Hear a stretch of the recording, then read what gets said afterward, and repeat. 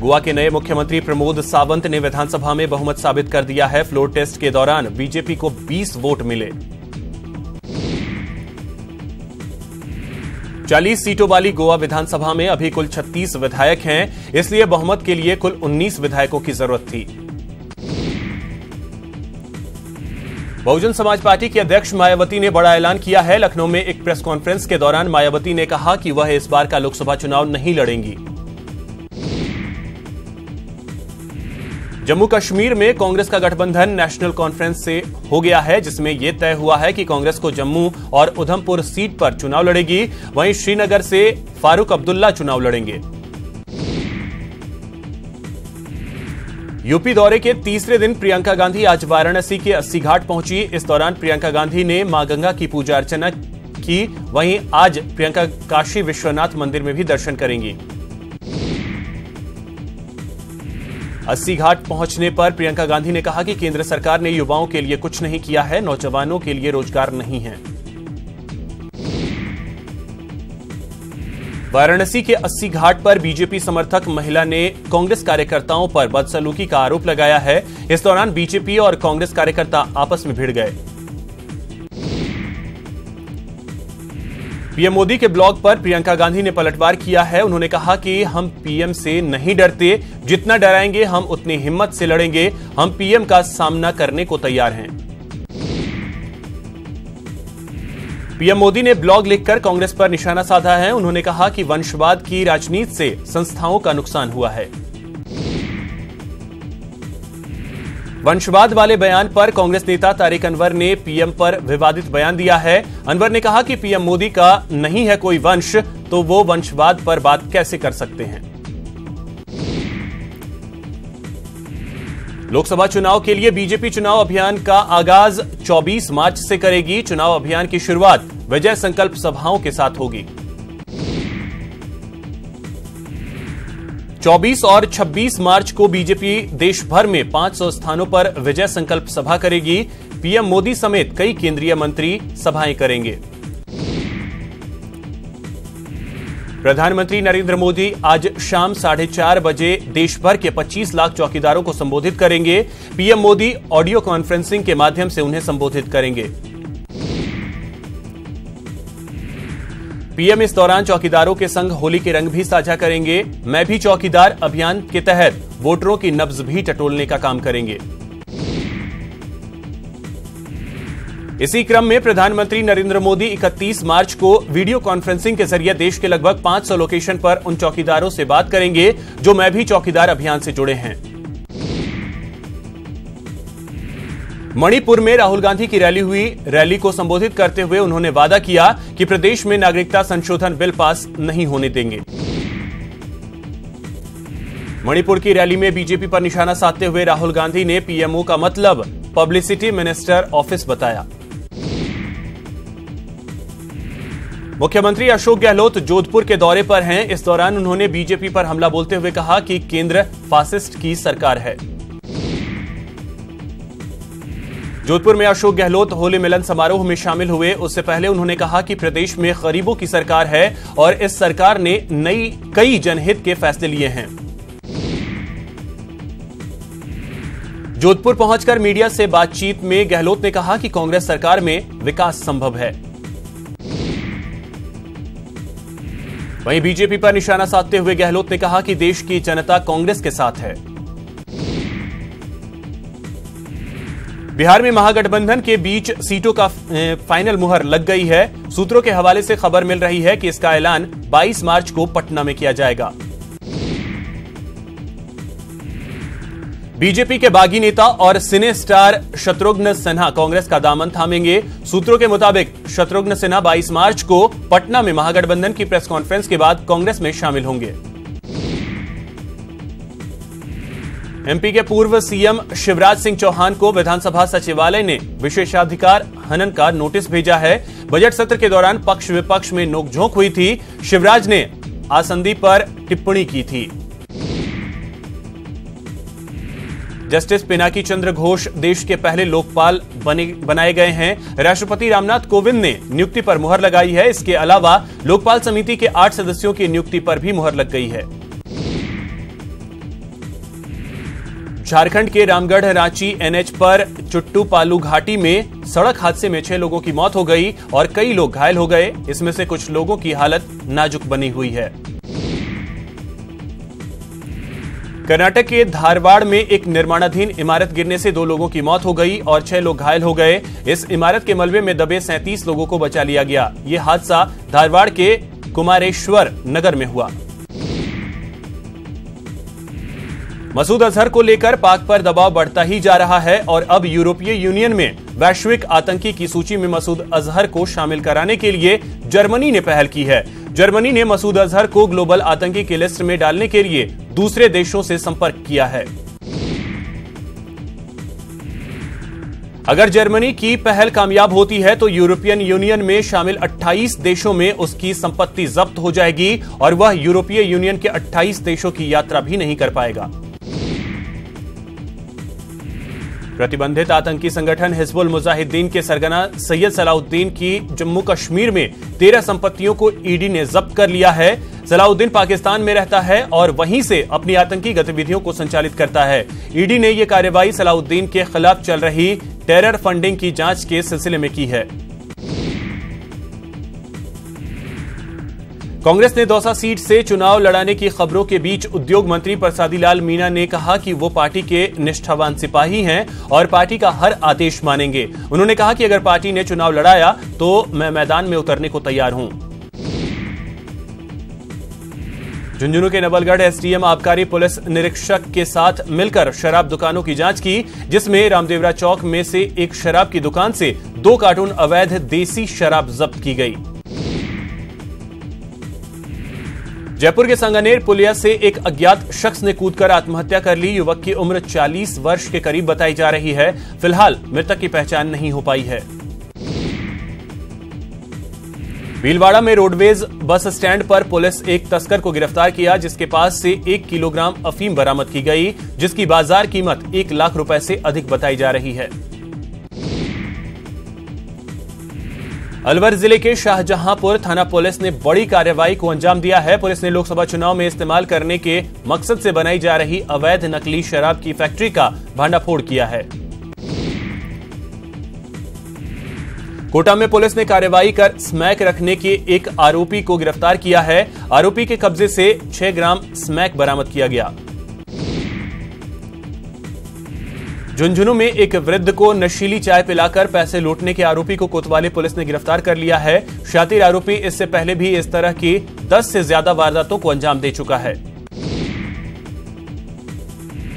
दौसा जिले के पाडली गांव में बोरवेल में पानी की मोटर को लेकर 2 पक्षों में झगड़ा हो गया। झगड़े में दोनों पक्षों से करीब 8 लोग घायल हो गए। पुलिस ने मामला दर्ज कर जांच शुरू कर दी है। दौसा जिले के भंडारेज गांव में नाली विवाद को लेकर 2 पक्षों में झगड़ा हो गया। इस दौरान धारदार हथियारों का प्रयोग किया गया। घटनाक्रम में एक युवक गंभीर रूप से घायल हो गया। दौसा जिले के टीटोली गांव में आज सुबह सड़क किनारे युवक का शव मिलने से हड़कंप मच गया। घटना की सूचना पाकर मौके पर पहुंची पुलिस ने शव को कब्जे में ले लिया। शव की शिनाख्त जगदीश मीणा के रूप में हुई है। जालोर के रोडला गांव में एक भाई शराब के नशे में अपने छोटे भाई के सिर पर लाठी से वार कर हत्या कर दी। पुलिस ने मामले के आरोपी को गिरफ्तार कर लिया है। सीकर में पुलिस ने 7 बदमाशों को गिरफ्तार कर 315 बोर देसी कट्टे, 2 जिंदा कारतूस, 1 कटर मशीन, 5 लोहे के सरिये, बाइक की 2 चेन सहित कई अन्य औजार बरामद किए। कोटा में चोरों के हौसले बुलंद हैं। इसकी बानगी एक बार फिर देखने को मिली है। शहर के मकबरा सब्जी मंडी में चोरों ने दिन दहाड़े एक महिला के पर्स लूटकर फरार हो गए। चोरी की पूरी घटना सीसीटीवी में कैद हो गई। पुलिस मामले की जांच कर रही है। चूरू के मोतीसर गांव में 40 साल के जेठ पर अपनी बहू से दुष्कर्म का मामला सामने आया है। आरोपी ने महिला को बाइक से लिफ्ट देने के बहाने अगवा किया और फिर रेलवे ट्रैक के पास दुष्कर्म की वारदात को अंजाम दिया। अलवर के किशनगढ़ बास कृपाल नगर गांव के सरकारी हॉस्टल में छात्राओं से यौन दुराचार के मामले में तीसरे आरोपी रामकेश शर्मा को आखिरकार पुलिस ने हरियाणा के पलवल से गिरफ्तार कर लिया। बहुचर्चित भंवरी देवी अपहरण व हत्या मामले की कोर्ट में सुनवाई आगे नहीं बढ़ पाई और कोर्ट ने 25 मार्च को अगली सुनवाई के लिए तारीख मुकर्रर कर दी है। करौली के टोडा भीम कस्बे के काजीपाड़ा में एक युवक ने दूसरे युवक पर छुरी से हमला कर दिया। हमले में शानू कुरैशी नाम का युवक गंभीर रूप से घायल हो गया। घायल को राजकीय अस्पताल में भर्ती कराया गया। अवैध हथियारों के खिलाफ चल रहे ऑपरेशन के तहत ईस्ट जिले के सांगानेर थाना पुलिस ने 3 बदमाशों को हथियारों के साथ गिरफ्तार किया है। कोटा में एसीबी के हत्थे चढ़े पीडब्ल्यूडी के रिश्वतखोर एग्जीक्यूटिव इंजीनियर को कड़ी सुरक्षा के बीच एसीबी कोर्ट में पेश किया गया, जहां से कोर्ट ने आरोपी को न्यायिक हिरासत में भेजने के आदेश दिए।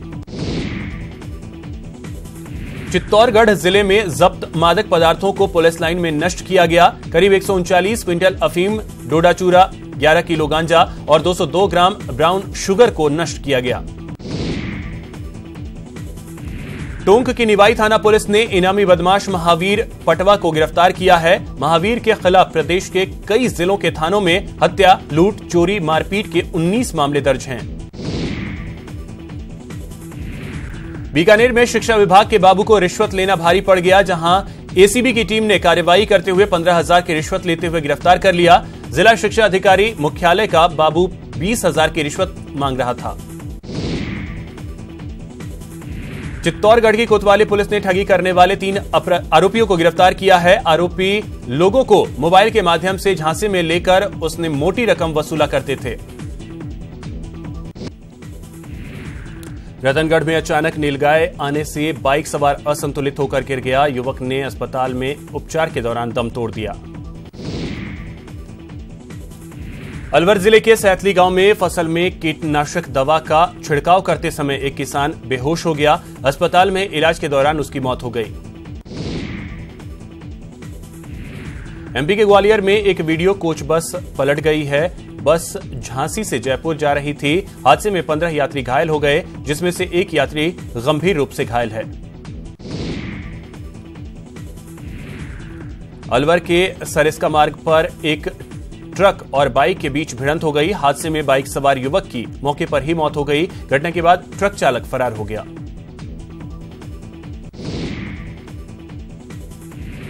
जोधपुर के सर्किट हाउस रोड पर सब्जी से भरा ट्रक पलट गया। यह ट्रक ड्राइवर की लापरवाही की वजह से पलटा। बताया जा रहा है कि ट्रक अजमेर जा रहा था।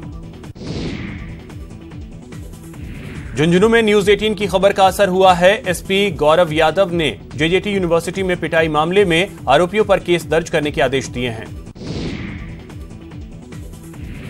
कोटा के स्टील ब्रिज के पास अचानक लगी आग से कई टापरियां जलकर खाक हो गई। टापरियों में रखा लाखों रुपए का सामान जलकर खाक हो गया। धौलपुर के आगरा बस स्टैंड सब्जी मंडी के मेन गेट पर सब्जी की दुकानों में भीषण आग लग गई, जिसमें हजारों की सब्जियां जलकर खाक हो गईं। डूंगरपुर में कोतवाली इलाके में 2 अलग अलग सड़क हादसों में 2 युवकों की मौत हो गई, जबकि 3 युवक गंभीर रूप से घायल हो गए। प्रदेश में परिवहन विभाग की ओर से ओवरलोडिंग पर लगाए गए जुर्माने से ट्रांसपोर्टर्स में हड़कंप मचा हुआ है। इसके विरोध में प्रदेश भर के ट्रांसपोर्टर जयपुर में जमा हुए। चित्तौड़गढ़ के चंदेरिया स्थित बिरला सीमेंट वर्क्स के कॉलोनी परिसर में लकड़ी काटते समय एक श्रमिक की मौत हो गई। ग्रामीणों और परिजनों ने मुआवजे की मांग को लेकर हंगामा किया। जोधपुर के ओसिया के खेतासर की सरपंच चंदू देवी ने विधायक दिव्या मदेरणा के खिलाफ मोर्चा खोल दिया है। कुछ दिन पहले खेतासर गांव में विधायक की धन्यवाद सभा में विधायक दिव्या मदेरणा ने सरपंच को नीचे बैठने के लिए कहकर उनका अपमान किया था।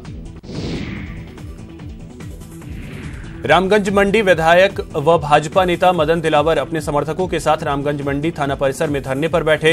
मदन दिलावर थाना पुलिस पर आरोप लगाते हुए बोले कि थाने में जो निर्माण कार्य चल रहा है उसमें अवैध बजरी का इस्तेमाल हो रहा है। बीकानेर में सिंचित विकास क्षेत्र के किसानों ने कलेक्ट्रेट पर विरोध प्रदर्शन किया। किसान अपने खेतों में बनी डिग्गियों का भुगतान देने की मांग कर रहे थे। मामले में किसानों ने ज्ञापन सौंपा।